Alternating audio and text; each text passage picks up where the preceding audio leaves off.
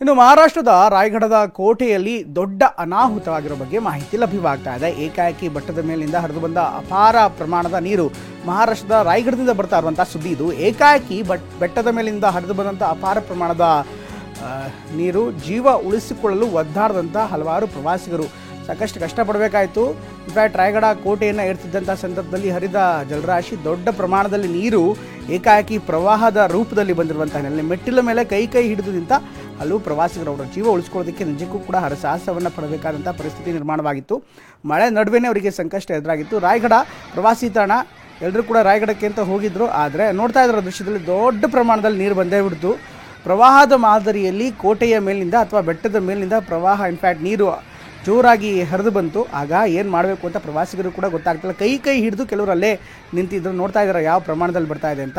In fact ಅದು force ಹೇಗಿತ್ತಪ್ಪ ಅಂದರೆ ಸ್ವಲ್ಪ ಹೆಚ್ಚು ಕಡಿಮೆ ಆದರೂ ಕೂಡ ಮೆಟ್ಟಿಲುಗಳಲ್ಲೇ ಕೊಚ್ಚಿ ಹೋಗ್ತಾ ಇದ್ರು ಇವರೆಲ್ಲ. ಅಂಥ ಒಂದು ದೃಶ್ಯ ಈಗ ನೋಡ್ತಾ ಇದ್ದಾರೆ.